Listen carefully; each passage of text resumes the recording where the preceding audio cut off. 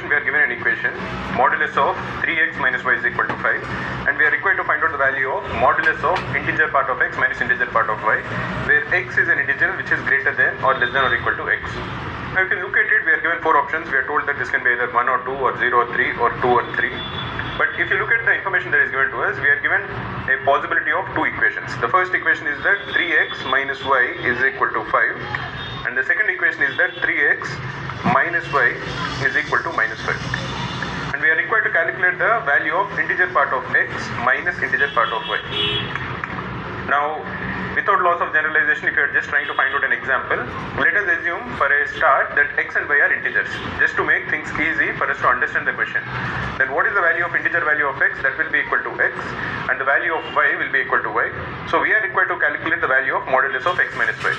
So if you look at it simply, if you are told that 3x minus y is equal to 5, and if you are asked to calculate the value of x minus y, it can be equal to anything, because this equation has 2 variables and 1 equation.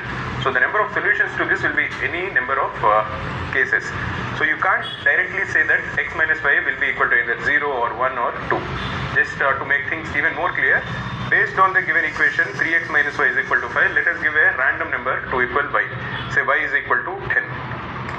Then what is the value of x? Then 3x will be equal to y plus 5, which is equal to 15. So the value of x will be 15 by 3, which is equal to 5. And the modulus of integer part of x minus integer part of y will equal 5. Give another value for y. Let us assume that y is equal to say 22. Then what is the value of 3x? 3x will be again equal to y plus 5, which is equal to 27. So the value of x will be equal to 9. And what is the value of integer part of x minus integer part of y, the whole modulus? That will be then equal to 13. So depending on what value of y you are giving, you can give any value of y. Then the value of modulus of integer part of x minus integer part of y will keep on changing. It will not be a fixed number. The reason for that, as we have discussed earlier, is because we have one equation and we have 2 variables. So the number of solutions for this will be infinite, and based on the number of solutions, we will be getting a different value for integer part of x minus integer part of y. So the correct answer is option D.